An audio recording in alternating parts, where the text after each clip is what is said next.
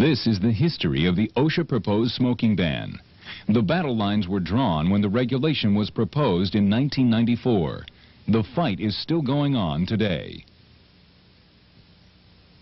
On April 5, 1994, the Department of Labor's Occupational Safety and Health Administration, OSHA, proposed a virtual nationwide ban on smoking in all indoor workplaces. Put simply, the rule says people can't smoke where they work or work where they smoke. Ironically, OSHA admits that 85 to 90% of American workplaces already have a smoking policy in place. Given that acknowledgement, many business owners, managers, and association representatives have questioned OSHA's rationale in proposing this rule. A workplace under OSHA's indoor air quality standard requires all indoor workspaces, from home offices to restaurants, bars, hotels, motels, casinos, bingo halls, bowling alleys, and manufacturing plants, to have special smoking rooms under negative pressure and separately exhausted to the outside. The cost of building such rooms is estimated to be about $70,000, which is more than most businesses can afford, not to mention more than most small businesses make in a year. The rule is costly, impractical, and unnecessary. It would force many businesses to ban smoking and run the risk of losing customers. In response to its proposal, OSHA received over 110,000 comments from individuals, organizations, business owners, and employees. The overwhelming majority criticized OSHA's proposed standard. On September 20th, 1994, OSHA opened public hearings on the smoking ban proposal. During the first 2 days of the hearings, the public, including attorneys representing the tobacco industry, questioned OSHA officials on the smoking ban's purpose, its economic impact, and its practical applications. The officials' responses made it clear that they had failed to consider important elements of the regulation. Let's suppose that my law firm decides to implement this standard goes into effect, and the law firm decides to have a designated smoking area. And I go in there and smoke a cigarette. Can I read a work-related memorandum?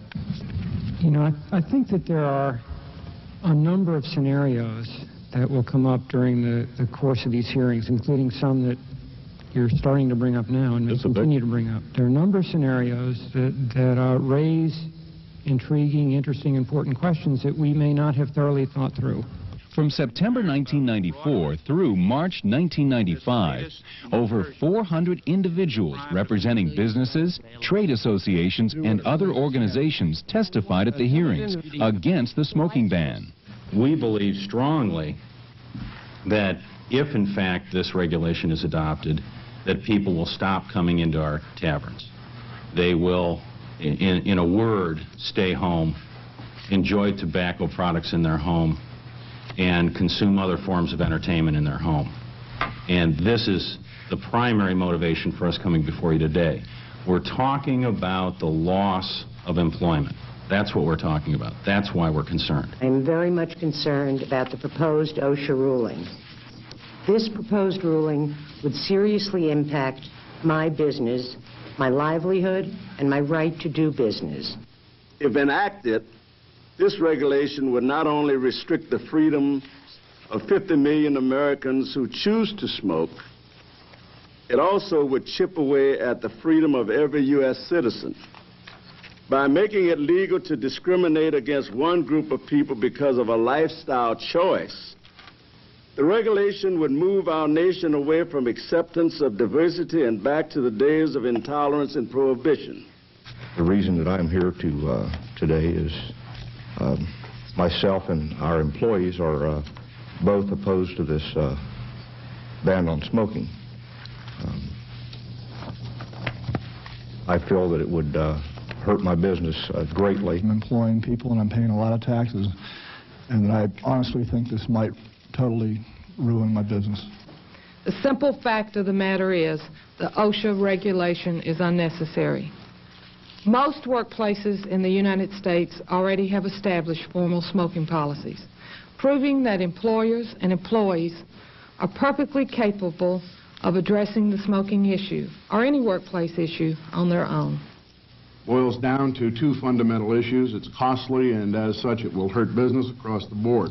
The proposal's impact will be far-reaching, but members of the hospitality industry are especially concerned. According to a study conducted for the National Restaurant Association, the restaurant industry will suffer a 6.5% loss in sales, with $18.2 billion of lost sales nationwide, which could result in thousands of lost jobs. There are a lot of reasons why restaurants go out of business, but government mandates and the smoking issue, which is very controversial, is one that we're very concerned about, is that were these proposals to be put into effect, they would cause some closures, they would cause some decrease in jobs. Another study, conducted by the San Francisco Hotel Association, shows the effects of the smoking ban on the U.S. tourism industry. A loss of $3.9 billion in spending by foreign visitors to the United States, a 6.8% decrease in foreign travel expenditures, and job losses estimated at 62,000. My experience and my gut feeling tells me that this proposal will be a disaster. I hope that OSHA and its officials will look into the human side of this poorly thought out regulation and realize that the hospitality industry must satisfy all patrons, all its patrons, or they'll be out of business. After the hearings concluded on March 13, 1995, a post-hearing public comment period began. During this time, business owners, managers, and other interested parties continued to speak out against the regulation. Also during this period, the Congressional Research Service, CRS, issued a report which called into question the basis for OSHA's proposed rule that would effectively ban smoking. Several concerned lawmakers cited the CRS report in criticizing OSHA's efforts to ban smoking.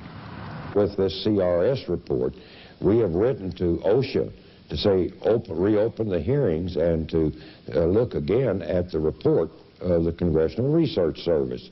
Since their integrity is so high, above reproach, we feel that this is something that substantiated what we said early on, vindicated us in our decision in objecting to what OSHA was going to do. On February 9, 1996, the final date of the post-hearing comment period, the National Licensed Beverage Association hosted a press conference in Washington, where more business owners and community leaders spoke out against OSHA's smoking ban.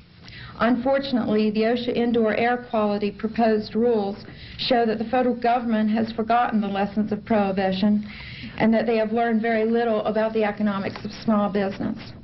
We strongly believe OSHA should drop their current proposals and focus on alternative solutions.